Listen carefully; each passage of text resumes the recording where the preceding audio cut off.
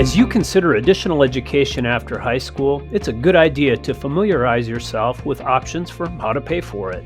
You probably know already that unless you plan to pay for all of it yourself, you have to complete the FAFSA to be considered for any kind of college funding. Remember, you can go to our PF 101 conversation on the FAFSA if you have questions.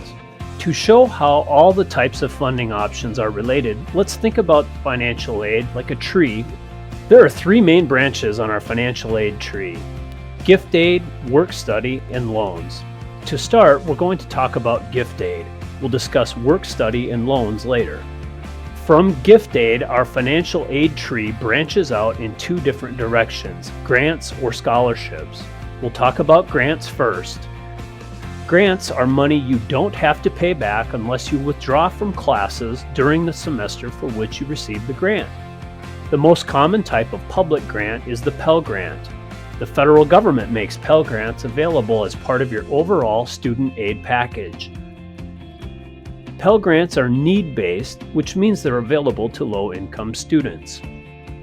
The government uses several criteria to determine Pell Grant eligibility, including the student's expected family contribution, or EFC amount, the cost of attending the school, whether you attend full-time or part-time, and whether you attend for a full academic year. Remember, if you withdraw from classes during the semester for which you received the grant, you will have to repay the money in full or in part. When you complete the FAFSA, you are automatically applying for a Pell Grant. The Federal Supplemental Educational Opportunity Grant, or FSEOG for short, is another type of federal grant. It is an additional source of money available only to those who have already qualified for the Pell Grant and demonstrate extreme financial need based on their EFC. The only way to apply for the FCOG is to complete the FAFSA.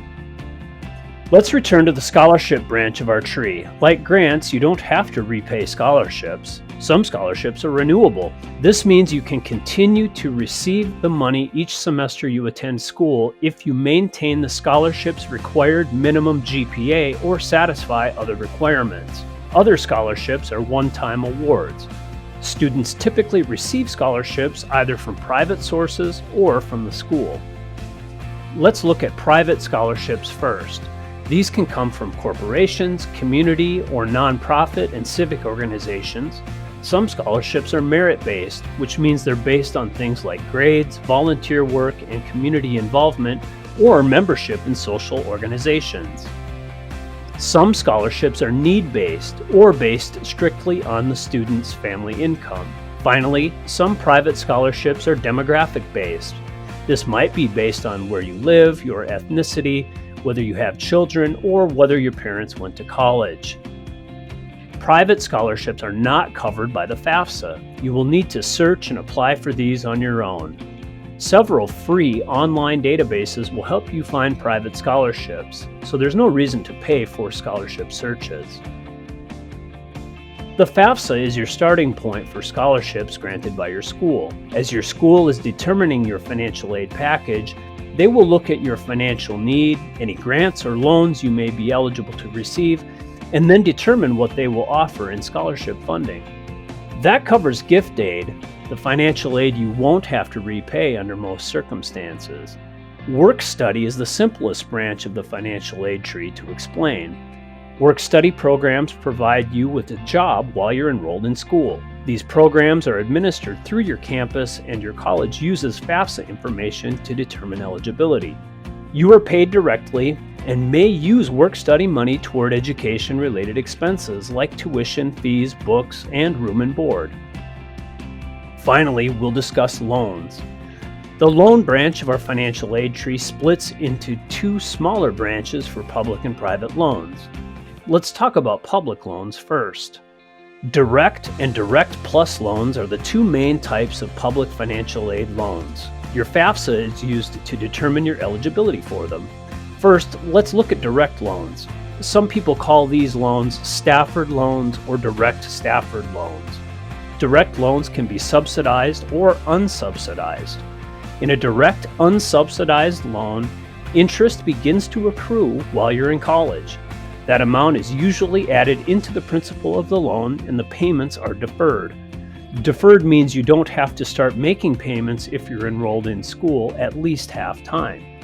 There's a 6-month grace period after leaving school, after which you must begin repaying the loan with interest and with a higher principal amount because the original interest was added to the loan balance. Subsidized loans begin accruing interest right away too, but the government pays the interest while you're in school. This means that you ultimately end up paying less for your loan than you would pay for an unsubsidized loan. Direct Plus loans are a type of financial aid loan available to parents to help their children pay for college, or that graduate and professional students can use to pay for their own education expenses. Direct Plus loans are available at a fixed interest rate to those who have established a good credit history.